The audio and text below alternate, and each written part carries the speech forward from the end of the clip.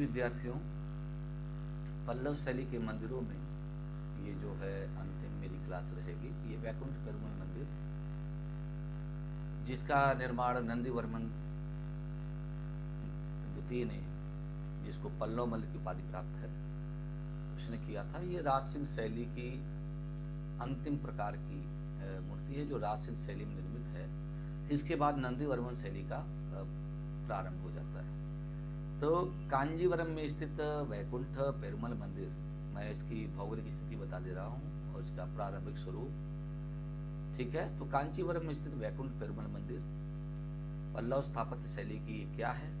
परिपक्व रचना है या बेहतरीन उदाहरण है?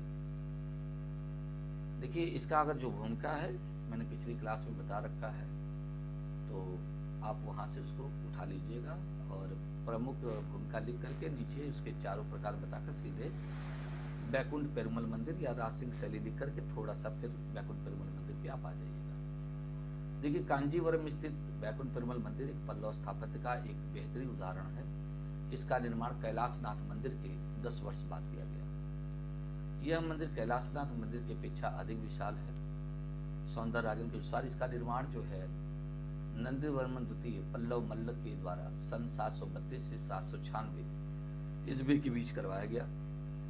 यह जो मंदिर है बलुए पत्थर से बना हुआ है। इसमें कई महत्वपूर्ण अभिलेख हैं। इस मंदिर के जो वास्तु विन्यास वो विशिष्ट प्रकार का है। इसमें मंडप, गर्भगृह, बरसाती यानी लघुकक्ष की योजना जो परस्पर संलग्न है और 90 फुट वर्गाकार इस मंदिर की जो पूर्व दिशा की ओर 28 फुट का क्या है, थोड़ा सा हमको विक्षेपण दिखाई पड़ता है, जो कि हल्का सा बरसाती का आभास देता है, ठीक है ना। मंदिर के बाह्य भाग की जो बनावट है वो ऊंची दीवार के समान दिखाई देती है, जिसके भीतर मठों की योजना दिखाई देती है और इन मठों में सिंह युक्त स्तंभों की कतारें दिखाई पड़ती हैं, जो और शोभा यात्रा के लिए एक पीछे के मार्ग की भी व्यवस्था है, जो मठ के चारों ओर से होता हुआ मुख्य भवन में आता है।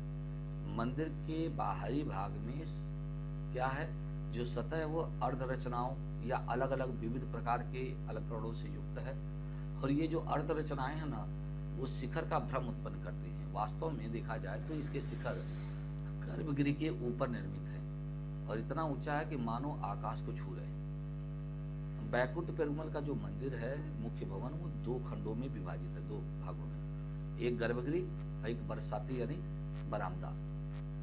यहाँ बरसाती मतलब बरामदे की बात कर रहा हूँ, लघुकक्ष। किंतु ये दोनों अंग अंतराल के द्वारा क्या हैं, जुड़े हुए हैं। वे एक इकाई के रूप में दिखते हैं। गर्भगृह की जो योजना है वो आयताकार है, जबकि जो बरामदा है वो करीब 21.5 फुट वर्गाकार है। बरामदे में 8 स्तंभ इस प्रकार से व्यवस्थित हैं कि एक पीछे जाने वाला क्या है, पार्श्व मार्ग बन गया है। पार्श्व मतलब पीछे का मार्ग बन गया है, जो अंतराल से होकर के गर्भगृह की ओर जाता है। और गर्भगृह जो है आयताकार है। बाहर से यह 47 फुट वर्गाकार है, 47 फुट लंबा, 47 फुट चौड़ा, और धरातल से इसकी ऊंचाई क्या है, 60 फुट है। यह 4 मंजिलों में क्या है, नियोजित है या बनी हुई है। प्रत्येक मंजिल पर जाने के लिए समुचित मार्ग की व्यवस्था है। गर्भगृह के ऊपर सुंडाकार गगनचुंबी क्या है, शिखर दिखाई पड़ रहा है आपको, ठीक है ना। तो और चारों ओर बरामदा है जो प्रदक्षिणा पथ के रूप में दिखाई देता है। इस मंदिर में विष्णु भगवान का शयन आसन और खड़ी प्रतिमाएं बनाई गई हैं और दक्षिण भारत के मंदिरों में विष्णु आसन की प्रतिमा का यह सर्वप्रथम चित्रण है।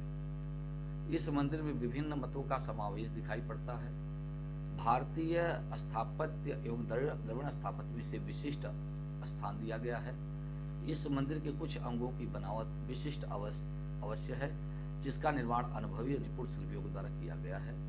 इस प्रकार से हम कह सकते हैं कि वैकुंठ पेरुमल जो मंदिर है वो उसमें सजीवता और विशेष रूप से आकर्षण तो नहीं दिखता, लेकिन इनमें कैलाशनाथ मंदिर की झलक जरूर दिखाई देती है। जहाँ कांजीवरम के अन्य मंदिरों में एकम्बरेश्वर हैं, जिसमें विशाल गोपुर, पुष्करणी और स्तंभ युक्त विशाल कक्ष है और एक सहस्त्र स्तंभ कक्ष है, ठीक है ना। तो इस तरह की जो विशेषताएं हैं, ये राज सिंह शैली के मंदिरों की महत्वपूर्ण विशेषता बन जाती है। तो मुझे उम्मीद है बच्चों कि आपको ये पसंद आया होगा। बाकी नंदीवर्मन शैली के मंदिरों का उसमें मुक्तेश्वर मंदिर जो कांजीवरम का है, मतंगेश्वर मंदिर, वडमलेश्वर मंदिर, परशुरामेश्वर मंदिर जो रानीगुंटा स्टेशन के पास है गुड़ीमरम में, ठीक है ना। ये सभी जो हैं आपके नंदीवर्मन शैली में, तो जिसमें मुक्तेश्वर, मतंगेश्वर, परशुरामेश्वर, इन मंदिरों को आप पढ़ सकते हैं, ठीक है। तो मुझे उम्मीद है कि आपको समझ में आ गया होगा।